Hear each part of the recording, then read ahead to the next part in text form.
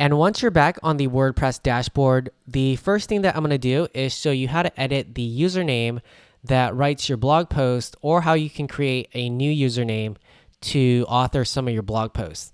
So on the left-hand side, what you want to do is come down to users, and we can click on all users first. So click on this link.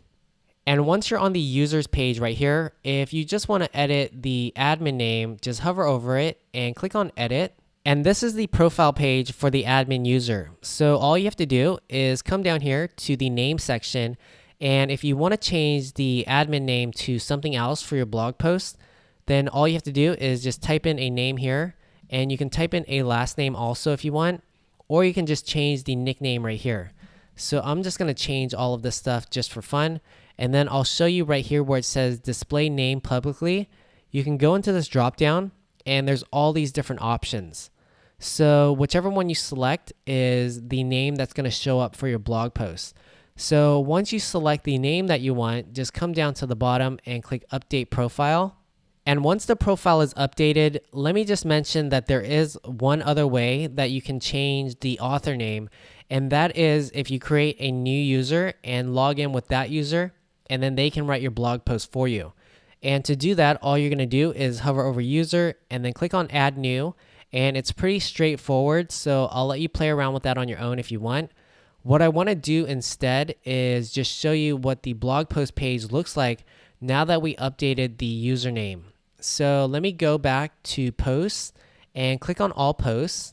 And once you're on the post page right here, you can see that we have the blog post that we wrote, and there should be a default blog post right here. So let's just get rid of this one because we don't need this right now. So click on trash right here to delete this.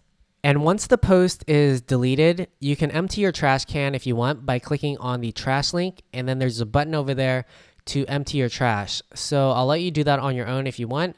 Otherwise, what I want to do is come and just check out the blog post that we wrote. So I'm going to click on the view link right here. And once the blog post loads, now the author name is Jameson instead of admin. So this is because we changed the display name for the admin user. So let me show you how you can also select the author name if you have multiple users. So I'm going to go back to the edit post page. So I'll click on this.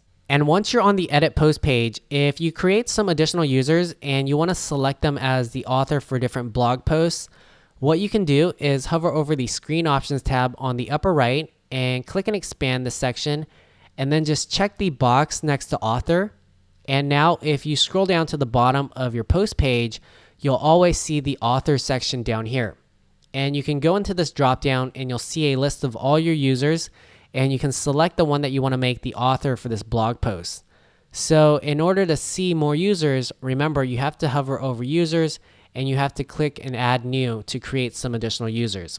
In my drop down, I only have one person because I only have one user, which is the admin. All right. So that's just a tip for you. And what I want to do now is let you pause this video and create some additional blog posts if you want. And then we'll go and make sure that our comment section shows up on our blog post afterwards. So I'm going to take a little break and create some additional blog posts. So I'll make 6 in total. So if you want, you can pause the video and do the same.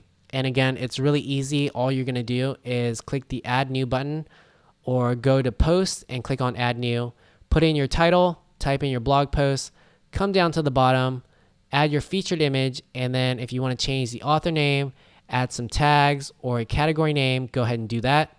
And then once you're ready, just push the publish button. All right, so pause the video, create some blog posts, and I will see you in a little bit. All right, and welcome back. So during our little break, I created some additional blog posts that you can see in this list right here. And to come to this page, all you have to do is hover over pages and then click on all posts.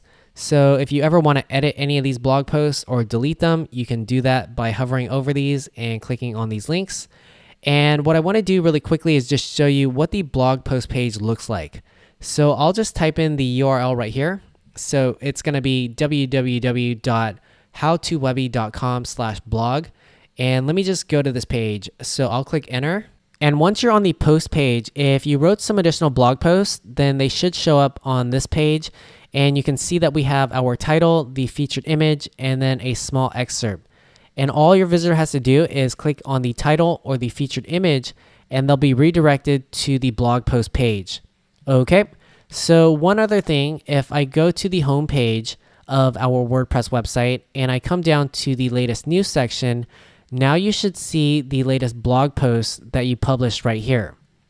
All right, so everything is looking great and we can move on to the next step.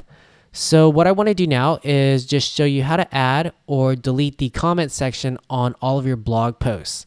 So to do this, we want to go back to the WordPress website that we're making and go to the settings page. So hover over your dashboard or the website name over here and click on dashboard.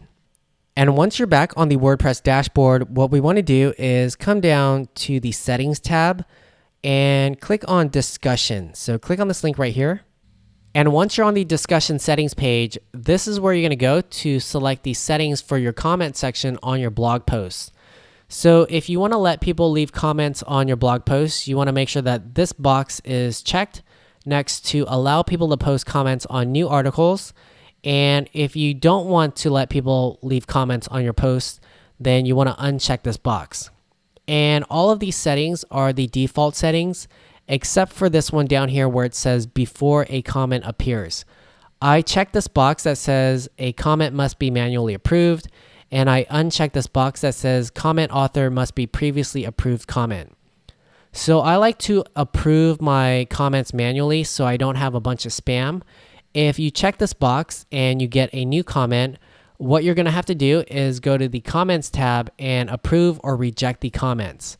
Okay, so if you need to, you can pause the video and check out all of these settings and select whatever you want, or copy the settings that I have and then just come down to the bottom. And I don't change anything down here, but you can if you want. And all we want to do if you make any changes is click on the Save Changes button. So click on that once you're ready. And once the settings are saved, we are good to go and we can move on to the next step.